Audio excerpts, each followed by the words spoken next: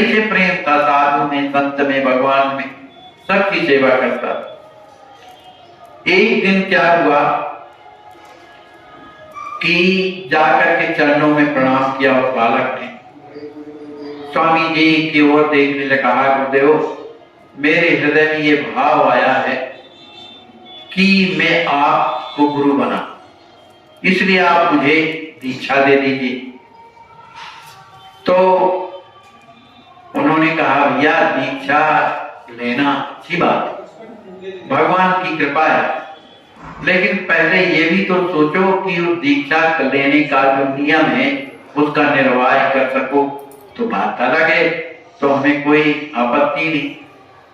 कहते हैं कि जो अब मुझसे जो सेवा बनती है वो तो कर ही रहा हूं, इसके अलावा जो भी सेवा बताएंगे मैं जरूर करूंगा, लेकिन मेरी इच्छा है कि मुझे आप दीक्षा दीजिए।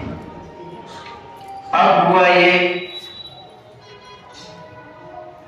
कि बात हो गई कि ठीक है भाई दीक्षा ले लेना, अब एक ये नहीं कि कब ले लेना। एक दिन क्या हुआ कि स्वामी जी विश्राम में थे, न सो रहे थे न जग रहे थे। ऐसी स्थिति में उन्हें एक अत्यंत दिगंबर रूप में और एक इतने सुंदर जो है उन्हें दर्शन हुए। अब जब दर्शन हुए तो सोचने लगे कौन हो सकते, माने अत्यंत सुंदर भी हैं और दिगंबर जैसे, माने लपेटे हैं कुछ लेकिन दिगंबर ही जैसे, ऊपर कुछ नहीं पहने। सोचने लगे होंगे भाई अब इधर भोलेनाथ भी बैठे, भोलेनाथ तो मंदिर दबा, हो सकता है वही।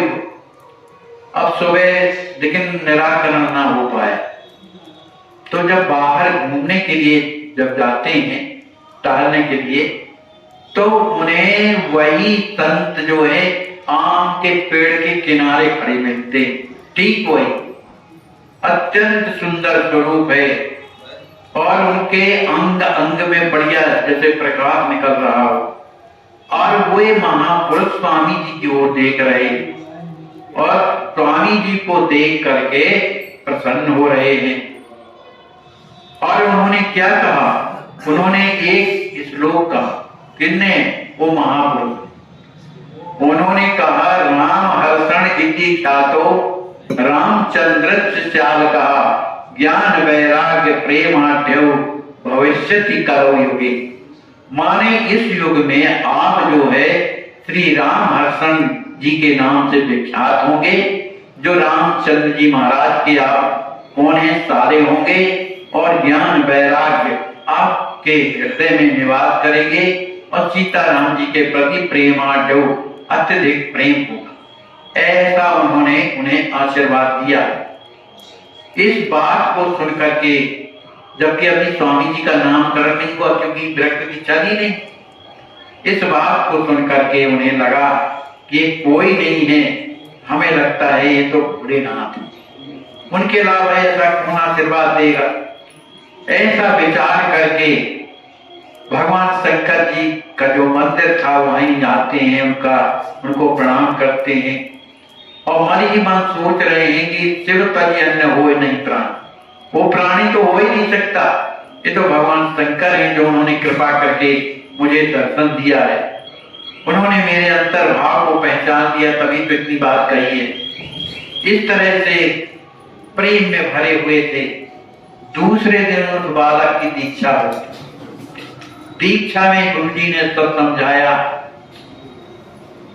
तिलक भार कर भार युद्ध जपत राम सिय राम धनुष बाण अंकित भुजा कंठी सहित लव। उस बालक को बढ़िया तिलक लगा दिया और कंठी पहना दिया, धनुष बाण का चिन्ह लगा दिया और कहा कि ये माला से राम जी का नाम जपो और मंत्र अलग बताया। अब वो बालक सब साधुओं के चरणों में प्रणाम करता है, श्री सीताराम जी के प्रति अपना जीवन हार गया। जब शिक्षक है, उसके परिवार में उसकी माँ है, पिताजी हैं, सब हैं, लेकिन उसका मन बदल गया बिल्कुल। स्वयं तरे तारे जग तारा रस में कर सुखद व्यवहारा लीला लक्ष्य महानिधि योगी व्याधि विहीन किए सब रोगी। स्वामी जी तो स्वयं माने कल्याण स्वरूप हैं, दूसरों का भी कल्याण कर रहे हैं, क्योंकि वो लीला रस है, सब पर कृपा करने वाले हैं। इस तरह से अपने मन के भावों को गुरु जी हमेशा छुपाए रहते थे, संसार में प्रकट नहीं होने देते थे।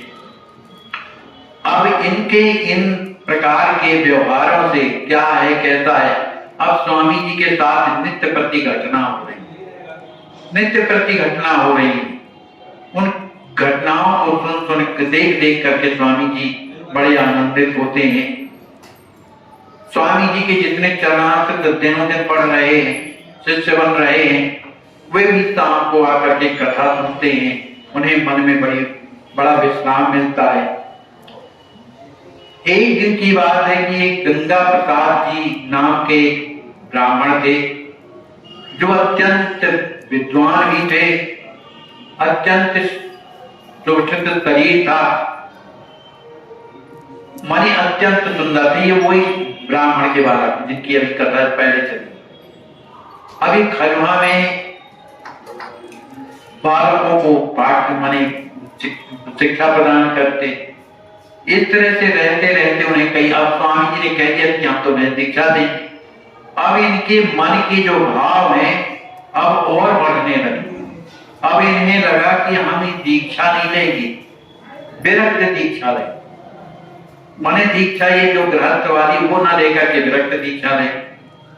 अब जाकर के स्वामी जी से फिर चरणों में प्रणाम किया, कहने लगे कि गुरुदेव आप कृपा कर दीजिए, निज कर माथे तिलक कर विश्व पूजता नाथ, बाएं धन दाएं भुजा बाण लगाए नाथ।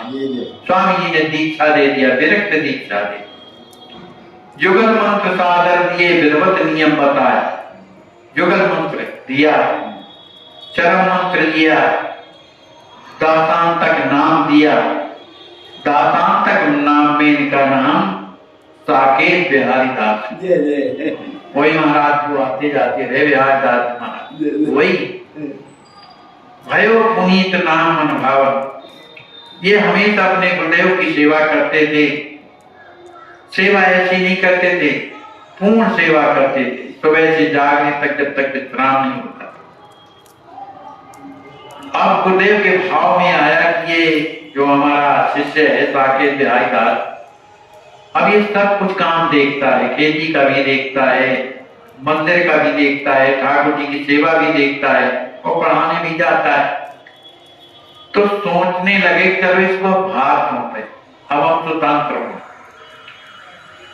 दीक्षा दे सौंपे सब भारा, नित्य मुक्त रहे अविकारा, नीच ऊंच कर सबसे बुकाई, जात पढ़ावा न करता है। शिष्य ऐसा होना चाहिए, जो गुरुदेव ने कहा उसमें क्यों कहा ये बात ना आनी चाहिए। वो चाहे सेवा ऊंची हो चाहे नीची हो, अगर गुरुदेव की आज्ञा हुई है तो करना चाहिए।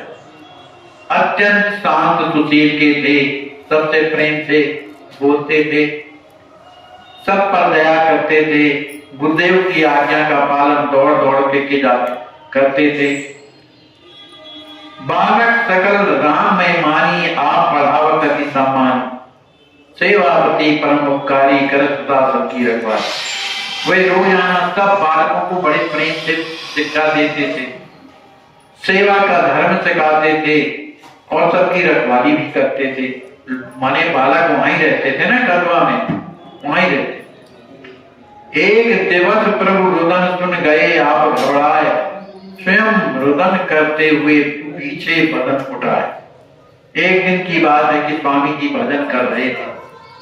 भजन करते करते उनके हृदय में कोई ऐसे भाव आए जिसके कारण किशोर जी राम जी के प्रति जो भाव आए तो रोने लगे। एकांत कुटी में रहते थे, रोने लगे और इतने जोर से रोने लगे कि उन्हें सुन करके जो श्री साकेत बिहारी दास जी महाराज हैं बड़े दुखी हुए और स्वामी जी के उस कमरे के पास पहुंच गए और स्वयं रोने लगे कि हमारे गुरु जी को क्या हुआ। स्वामी जी की स्थिति ऐसी हो गई कि चीख निकल रही थी, तड़प रहे थे बिल्कुल। अब कौन जाने कि इसका कारण क्या है। कौन जाने किसका कारण क्या है। रूप अपाकृत भान न एका, रही मात्र की रघुवर टेका। उन्हें अपने शरीर का भान नहीं है, उनके हृदय में केवल एक ही टेक है कि श्री सीताराम जी महाराज हमें दर्शन दें। केवल कब दर्शन देंगे, कब दर्शन देंगे, ऐसा कह करके हा सीते, हा रघुवर, कब मेरा जीवन सफल करेंगे।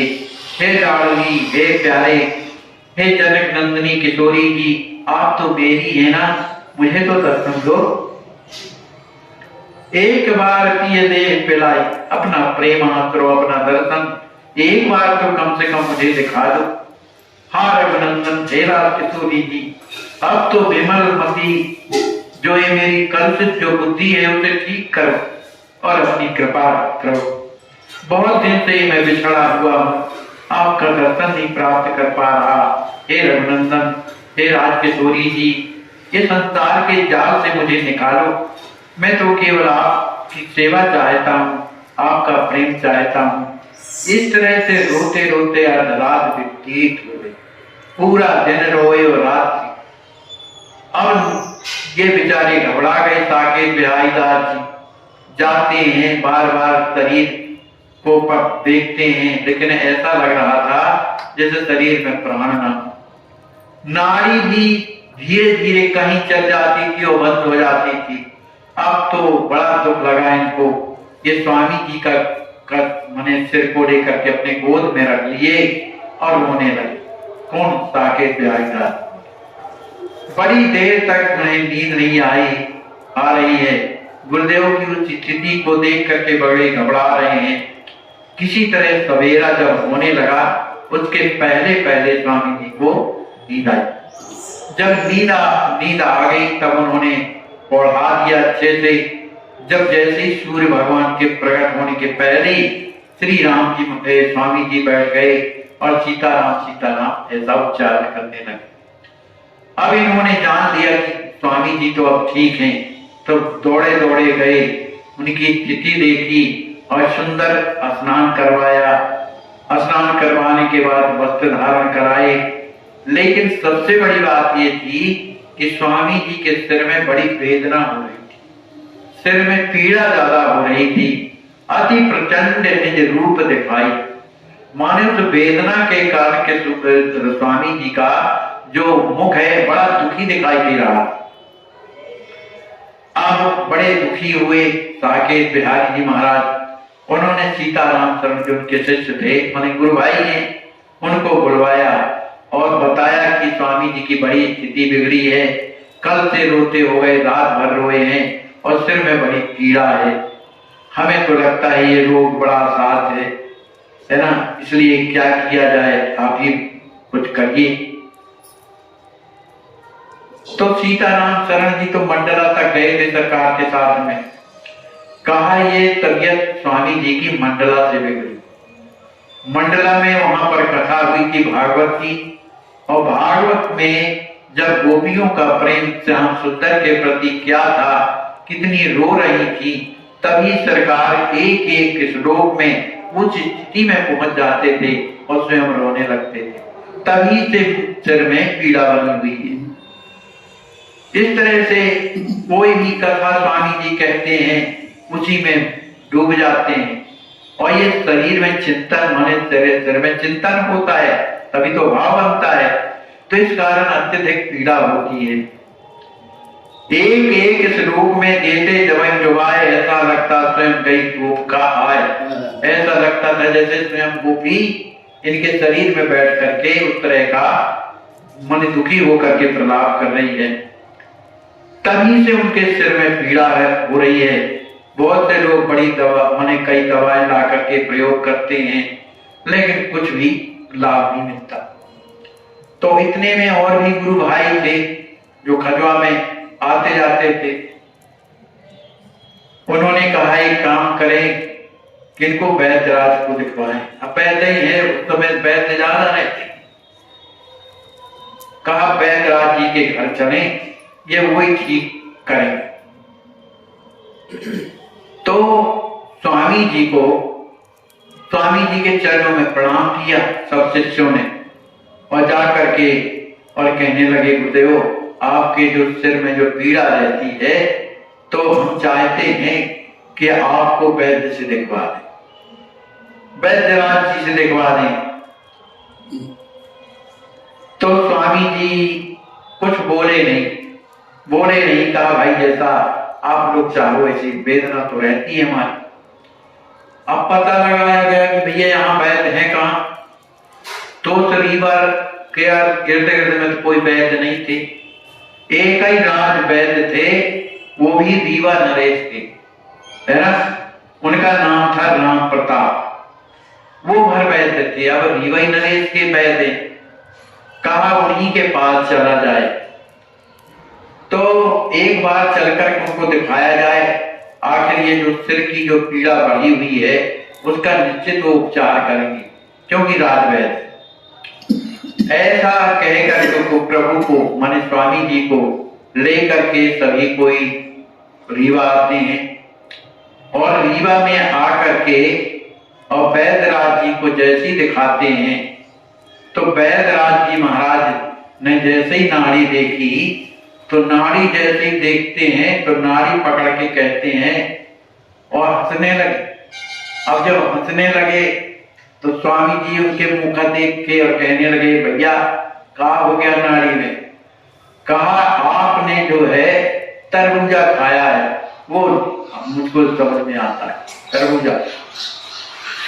तो जो राम प्रताप थे मनी जो उनके शिष्य थे, उन्होंने कहा कि हमारे गुरु जी तो कभी तरबूजा का स्पर्श नहीं करते, खाते कहां से? अरे भाई ठीक से देखो।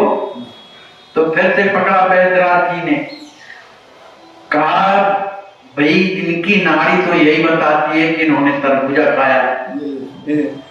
अब सरकार से पूछा गया तो स्वामी जी कहते हैं हाँ सही कहा तुमने। कहा स्वामी जी आप कब तरबूजा खाए, अंदर तो आया ही नहीं है कहीं पौड़ी एक खजवा ने।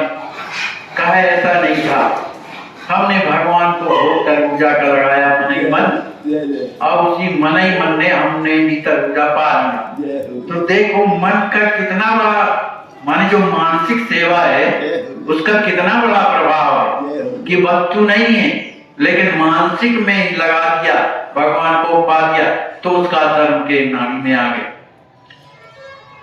तो कहने लगे ठीक है तरबूजा खा लिया है, तो अब क्या किया जाए? तो वैद्यराज ने चरणों में प्रणाम किया स्वामी जी के और कहने लगे कि हम पुड़िया बनाए देते हैं, तो आप पुड़िया पाइए, है ना, और जैसे आपको लाभ हो या ना हो ये मुझे बताइएगा, क्योंकि मैं रोज तो नहीं जा सकता खजवा, क्योंकि मेरे यहाँ बहुत से रोगी आते हैं।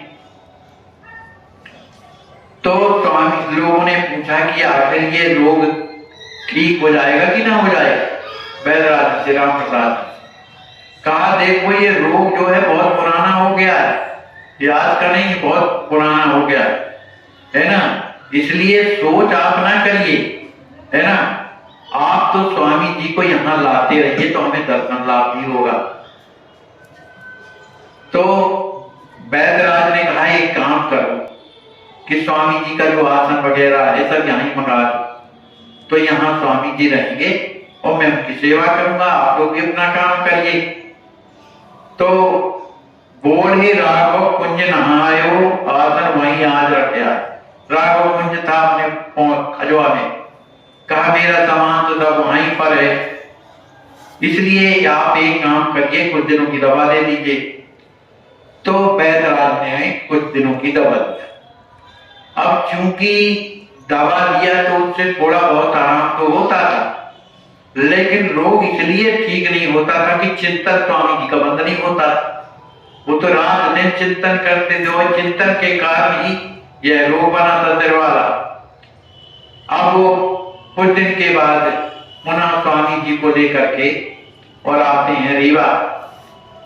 स्वामी जी का जब हाथ देखा, देखो वैद्य हाथ ही से सब पकड़ लेते रहे, हाथ देखा तो कहा कि कुछ तो आपको आराम है लेकिन स्थायी नहीं है, और ये स्थायी होगा भी इसलिए कि जिसके द्वारा ये आपको पीड़ा होती है वो आप बंद तो करेंगे नहीं, चिंता बंद नहीं करेंगे। लेकिन देखते हैं जैसा भगवान की कृपा। अब उनसे कहा कि आप लोग अब अपने अपने घर जाइए और स्वामी जी की सेवा हम ही करेंगे। तो बेचारे अपने घर में ही रख करके स्वामी जी की सेवा करते थे, तीनों टाइम उनकी नाड़ी देखते थे, व्यवस्था करते थे। लेकिन उन्होंने एक दवा बदल दी, पुड़िया वाली, तो चल रही थी एक दूसरी दवा।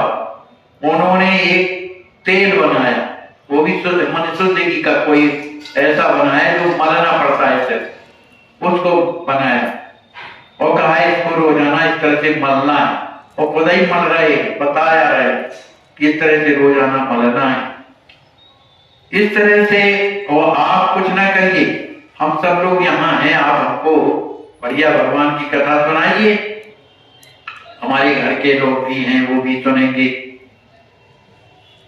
तो अभी राम प्रसाद जी क्या करते थे बैजराज, जब इनको समय मिलता था तो एक किताबें चलती ना जो सीताराम लोग लिखते हैं, तो लाल स्याही से सीताराम लिखा करते थे। तो बस, और उनकी जो परम साध्वी जो पत्नी थी वो भी इसमें सहयोग करती थी और स्वामी जी आ गए उनकी सेवा में रहने लगे। अब जब ये रीवा के लोगों ने सुना कि पंडित जी तो भैया जो खजुहा में रहते हैं वो इधर भी आए होंगे, तब तो रीवा के लोग उमड़ गए, भैया चलो दर्शन करें। अब जो भी आता था उनमें कौन कौन थे, मुंशी और मुनोसरव, कोई गणेश जी थे, कोई ब्रज किशोर, ओंकार, और कौन थे अपने भैया जी वाल्मीकि जी महाराज, ये भी थे। तो ये सब के सब जो है दर्शन करने आने लगे। फिर अब चूंकि ये ब्रज किशोर, ओंकार और वाल्मीकि जी महाराज ये परम विद्वान थे, कथावाचक भी थे। तो एक दिन की बात है कि वाल्मीकि जी महाराज कथा सुना रहे थे, उसमें भी किसकी, किशोरी जी के हरण वाली कथा सुनाई। और जैसे ही कथा सुनाई तो स्वामी जी इसको सुन ना सके और वहीं पर बेहोश होकर नीचे होकर गिर पड़े। अब तो बड़ी समस्या हो गई। अब भैया जी तो समझ गए कि उस देश में रहने वाले, अब किया क्या जाए। किसी तरह से सेवा करने लगे, सेवा करते करते अब वो तो वैद्य जी के घर में थे, इसी तरह से उन्हें होश आया।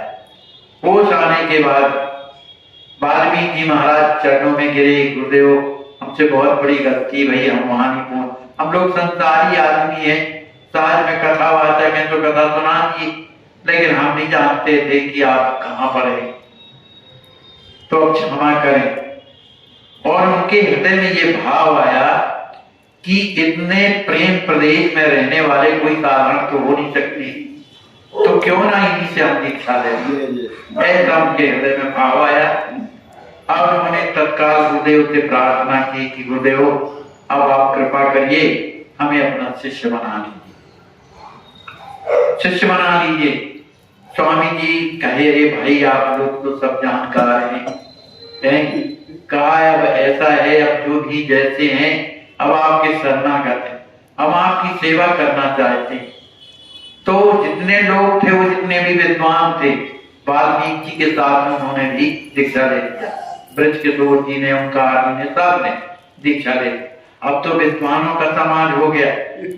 अब अध्यापक बन के यहाँ आए अभी नवीन, माता पिता भ्राता सकल जो घर किए प्रवीण। अब इनकी जो माने ये किशोर कौन थे, साकेत बिहारी दास की कथा। अब ये चूंकि अपने माता पिता से तो पूछ के आए नहीं रहे, अब पहले गुरु जी ने सोचा कि इनको भाई उस तरह की दीक्षा ना दे, लेकिन पुनः जो है उन्होंने पहले जो दीक्षा दिया वो ऐसी थी जैसे वैष्णव बना दिया, लेकिन अब जो है फिर से कहने लगे कि हमें विरक्त दीक्षा है। अब उनकी इच्छा देखकर मन में करो विचार, स्वामी जी ने विचार किया, समय पाए होते सकल जगत के सबकार। माने कोई मर भी जाता है तो क्या काम रुक जाता है, इसी तरह के घर में जो भी काम है माता पिता सब करेंगे और ये अगर भगवान की ओर विरक्त होकर चले तो कितनी अच्छी बात है। इस तरह से ध्येय बना करके आए थे और फिर स्वामी जी ने इन्हें दीक्षा भी दे दी। अब इसके बाद क्या होता है कि जब दीक्षा इन्होंने ले लिया तो ये क्या करते थे कि कृषि का भी कार्य देखने लगे, जो खेती थी खजूर उसका भी कार्य करते थे।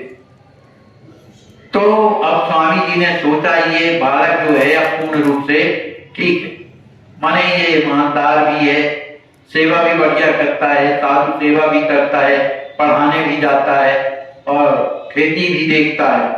तो उन्होंने लोगों को बुलाया, घर के खलवा के लोगों को, जो बड़े बड़े लोग थे, हर गांव से बुलाया और उन्हीं के सामने जाके कहने लगे कि ये जो हमारे साकेत बिहारी दास जी हैं ये सब तरह से योग्य हैं और हम ये चाहते हैं कि अब हम स्वतंत्र होना चाहते हैं, आते जाते रहेंगे, इनको हम यहाँ का महंत बनाना चाहिए। तो अगर आप लोगों की इच्छा हो, हमें कुछ आश्वासन मिले तो हम इन्हें बना दें। तो अब गांव के लोग और भी जुड़े, सब कहा महाराज इससे बढ़ करके क्या है, ये बालक तो इतना अच्छा है कि आज्ञाकारी है, किसी को कष्ट नहीं देता, पूरा काम देखता है और विद्यालय में भी पढ़ाता है, जरूर देखिए। तो स्वामी जी ने उनको सबके सामने वहां की महंती बना दे। अब तो भैया बड़े प्रसन्नता, स्वामी जी भी प्रसन्न हो गए, इसलिए कि अब जो भार था वो उनके ऊपर कम हो गया। इधर वैद्यराज जी महाराज के यहाँ स्वामी जी ठहरे रहते थे, रोजाना स्वामी जी का दर्शन करने के लिए लोग आते थे, स्वामी जी कथा भी सुनाते थे और वैद्यराज का जो भवन है अब वो भरा रहता है भक्तों से भरा रह रहा है। वो ऐसा बन गया जैसे गुरुदेव का मंदिर बन गया। अब सवेरे उठना, दोपहर में तो फिर स्नान करना, फिर दोपहर में भी स्नान करना, फिर भोजन प्रसाद होना, इस तरह से अब ये सब कौन करते थे, वैद्यराज जो राजा के वैद्य हैं वो कर रहे। एक दिन की बात है कि अब जब आप स्वामी जी अपने आसन में बैठे और विश्राम करने लगे भोजन पाने के बाद, तो उन्हें ऐसा लगा, अर्ध चेतना थी, माने ना सोए हुए थे और ना जग रहे थे। उस स्थिति में उन्हें लगा कि जैसे हमारे सिर को कोई स्पर्श कर रहा है। अब वो स्पर्श इतना मृदुल था, इतना कोमल था कि जैसे कि कोई हमारे सिर में हाथ फेर रहा, और उनको ये लगा कि वो हमारे सिर को उठा करके अपनी गोद में रख लिए और हाथ फेर रहे हैं और उनके शरीर से दिव्य तेज निकल रहा है, जो करकमल भेज रहे, दिव्य तेज निकल रहा है। तो उस तेज को देख करके स्वामी जी कुछ अचंभित हुए, मन न सो रहे थे न जग रहे थे उस स्थिति में। अब वो भाव मन तिरोहित हो गया, वो दृश्य समाप्त हो गया। तो सोचने लगे कि जिनका मैंने ये अनुभव किया है कि कितना करकमल कोमल था, तो ये कौन हो सकते हैं भाई, है ना। और उन्होंने भी धीरे से कहा कि अब जाइए, माने दोपहर के बाद जगिए, आप जाइए। तो ये मैंने अपने कानों से भी सुना है और उन्होंने मेरे सिर को उठा करके गोद में भी रखा और धीरे धीरे कर कमल फिराते रहे। आखिर ये कौन हो सकता है, और वो अदृश्य भी हो गए। ऐसा चिंतन करने लगे, सोचने लगे ये कौन हो सकते हैं, कहां से आए रहे होंगे। इंद्र नीलमणि श्यामल रूपा परम मृदुल स्पर्श, माने जो वहां का प्रकाश था नीलमणि जैसे था, इस तरह की स्थिति थी। रामानंदी तिलक लगाए हुए थे, जटा बने हुए थे। आखिर सोचने लगे कि कहीं ऐसे तो नहीं कि मेरे प्रभु ही रहे हों, लेकिन मैं उनको आज पहचान ना पाया। सोचने लगे जिनके कारण योगी ध्यान करते हैं, ऐसे सीतापति, उन्होंने आकर के मुझे जगाया। इस तरह से भव सागर डूबत लगत आवत करतने, ऐसे रघुवर के सुदत कौन करे जगदीश। माने वो मेरे प्रभु ने मुझे जब देखा कि संसार में डूब रहा है तो उन्होंने मुझसे अपना मान करके मुझसे प्रेम किया। मेरे प्रभु के अलावा मुझसे ऐसा संसार में कौन जो प्रेम करे। ये स्वामी जी सोच रहे आए देखत आज वियोगी कारण निवारण मम पद भोगु। इसी बात में बड़े चिंतित थे। अब उनके हृदय में ये भाव आया कि कोई ना हो, आखिर प्रभु की ही तो कृपा है। अब उनके हृदय में ये भाव आने लगा कि मैं अब अयोध्या जाऊं, क्योंकि खजहा का जो भाग था अब साकेत बिहारीदास को दे दिया। अब मैं स्वतंत्र हो गया, अब मैं अयोध्या जाऊंगा। अयोध्या में जाकर के सरयू में स्नान करूंगा और वहां पर रह करके कुछ दिन बिताऊंगा और वहां पर जब संतों का दर्शन होगा उनका दर्शन भी करूंगा।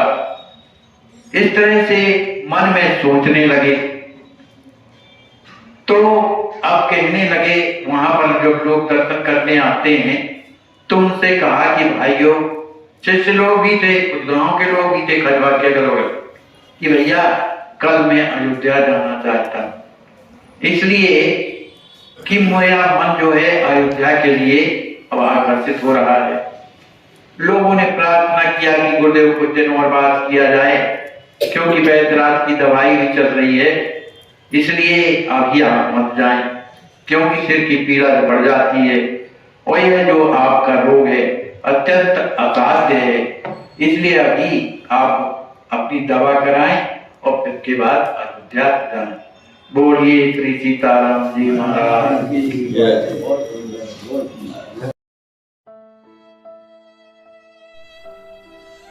इनको लकवा मारने के बाद 1 महीने तक अपने बिस्तर पर पड़े रहे।